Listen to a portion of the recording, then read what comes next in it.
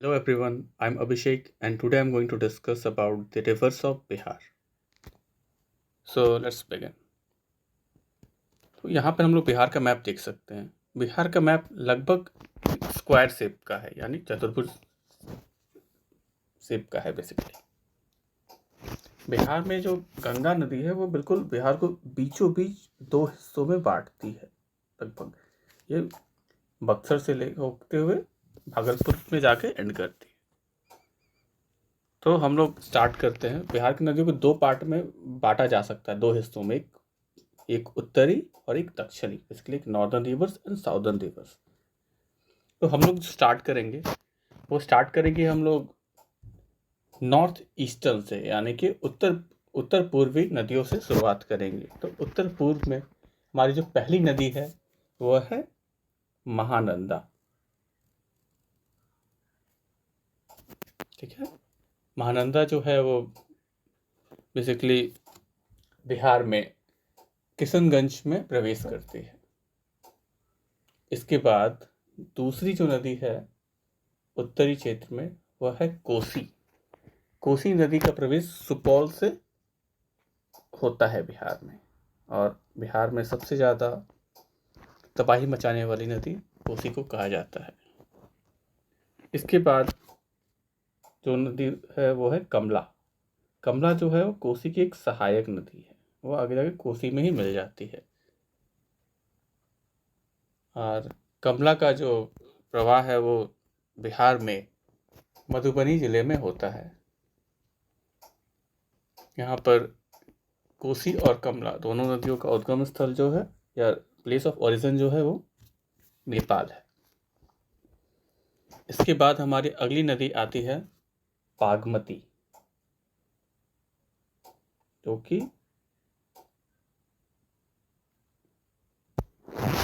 हमारे पूर्वी चंपारण और सीतामढ़ी के पास से ये बिहार में प्रवेश करती है।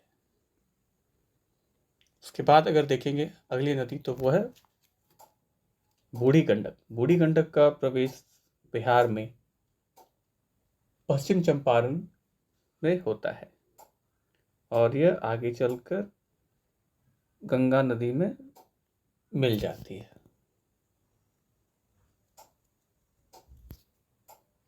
बागमती भी एक बूढ़ी गंडक की सहायक नदी है।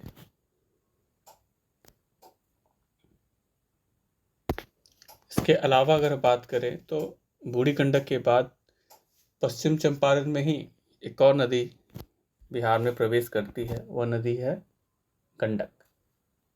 गंडक जो है वो पश्चिम चंपारण से होते हुए वैशाली के समीप गंगा नदी में मिल जाती है। और इसके बाद आखिरी नदी जो कि उत्तरी क्षेत्र में स्थित है वह है उत्तरी पश्चिम क्षेत्र में स्थित है, नॉर्थ वेस्टर्न पार्ट्स में। तो वो नदी है घाघरा। घाघरा भी जो सारण छपरा के पास बिहार में प्रवेश करते हुए गंगा नदी में मिल जाती है। तो ये हो गए हमारे उत्तरी नदियाँ और नॉर्दर्न रिवर्स। तो फिर से एक बार हम लोग रिपीट करेंगे। सबसे पहले हमारे अगर नॉर्थ ईस्टर्न पार्ट्स में देखा जाए तो पहला नदी है महानंदा, दूसरा है कोसी, तीसरा है कमला, चौथा है बागमती। बागमती जो है वो बूढ़ी गंडक की एक सहायक नदी है, तो ये रह गई बूढ़ी गंडक।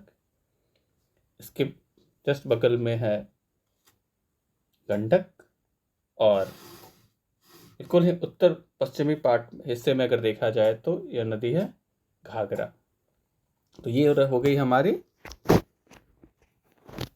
उत्तरी नदियाँ। अब हम लोग देखेंगे दक्षिणी नदियाँ। तो फिर से बिहार को दो हिस्सों में बांटेंगे गंगा नदी के माध्यम से, क्योंकि गंगा नदी लगभग बिहार को बीचों बीच दो हिस्सों में बांटती है। ठीक है, अब हम शुरुआत करेंगे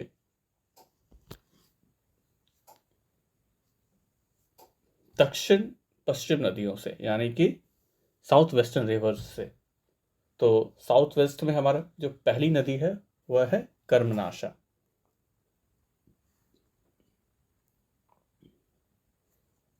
वो भी आकर गंगा नदी में मिल जाती है।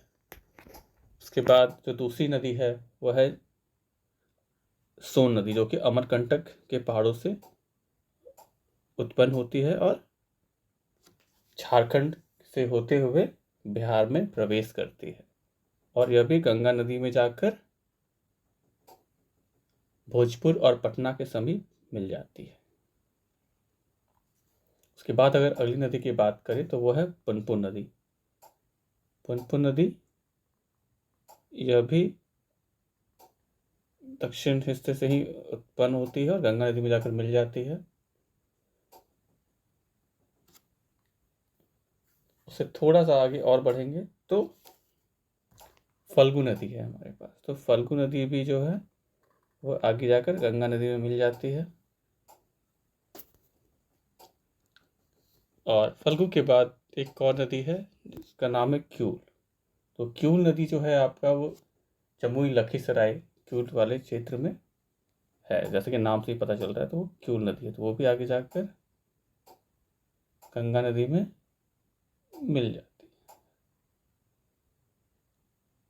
हाँ सॉरी, ये नदी क्यूल गंगा नदी में नहीं मिलती है, सॉरी। ठीक है, ये बस, लेकिन हमारे ये जो जमुई लखीसराय का जो रीजन है इसमें नदी प्रवाह करती है। उसके बाद एक और नदी है अजय, जिसका जिसका उत्पन्न जो है वो बेसिकली बिहार में ही होता है और वो बिहार में ही जाकर समाप्त हो जाती है। अजय नदी जो है वो आपका बांका में उत्पन्न होती है और भागलपुर के आसपास तक ये प्रवाह करती है। ये नदी भी गंगा नदी में नहीं मिलती है। तो ये हो गए हमारे दक्षिणी नदियाँ। तो एक बार फिर से हम लोग इसको रिवाइज कर लेंगे। तो दक्षिण नदियों में अगर पश्चिम भाग से देखा जाए या वेस्टर्न पार्ट से अगर हम लोकेट करेंगे तो सर्वप्रथम सबसे पहले जो हमारी नदी आती है वो है कर्मनाशा। कर्मनाशा के बाद हमारी अगली नदी है सोन। सोन के बाद जो हमारी अगली नदी है वो है पुनपुन। पुनपुन के बाद जो हमारी अगली नदी है वो है फल्गु। उसके बाद जो अगली नदी है वो है क्यूल। और जो अंतिम नदी है यानी कि जो हमारी दक्षिण पूर्वी नदी है उसका नाम है अजय। तो हम लोग इस बात को देख सकते हैं कि बिहार की अधिकांश नदियां जो है वो गंगा नदी में ही आकर मिलती हैं। तो हमने बिहार की सभी नदियों को यहाँ पर देख लिया है, और आप भी इसे प्रैक्टिस करने के हिसाब से जस्ट एक रफली बिहार का मैप ड्रॉ कर लेंगे और इसको खुद से लोकेट करने का कोशिश करेंगे। बिल्कुल आसान है।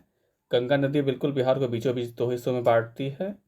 पहले फिर हम लोग उत्तरी नदियों पे फोकस करेंगे, जैसे कि हमारी नदी हो गई Mahananda, then Kosi, then Kamala, then Bagmati, then Budhi Gandak, then Gandak, and last में घाघरा। सिमिलरली हम लोग फिर से दक्षिणी पार्ट में हम लोग या फिर साउदर्न पार्ट में जब हम लोग नदियों को लोकेट करेंगे तो दक्षिण बेसिकली दक्षिण पश्चिम अगर हिस्से से हम लोग शुरुआत करेंगे तो पहली नदी आएगी कर्मनाशा, फिर हो जाएगी सोन, सोन के बाद हो जाएगा पुनपुन, पुनपुन के बाद हो गया फल्गु, फिर यहाँ जमुई लखीसराय के आसपास में क्यूल नदी होगी, क्यूल के बाद फिर अंतिम जो नदी है वो अजय नदी होगी। इस प्रकार आप भी इसे प्रैक्टिस कर सकते हैं।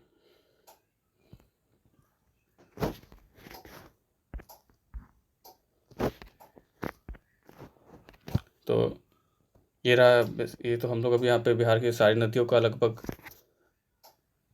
यहाँ पर हम लोग देख चुके हैं। तो यही रही कुछ बिहार के उत्तरी एवं दक्षिणी नदियों के नाम जो कि यहाँ पर मेंशन किए हुए हैं अलग अलग। इससे बस गंगा नदी का मेंशन नहीं किया गया है क्योंकि गंगा नदी जो है बिहार को बिल्कुल बीचों बीच बांटती है और वो तो उसको वहाँ पर मेंशन नहीं किया गया। बाकी उत्तरी नदियों को एक तरफ और दक्षिणी नदियों को एक तरफ करके इसमें अच्छे से मेंशन कर दिया गया है, northern reverse and southern reverse of Bihar.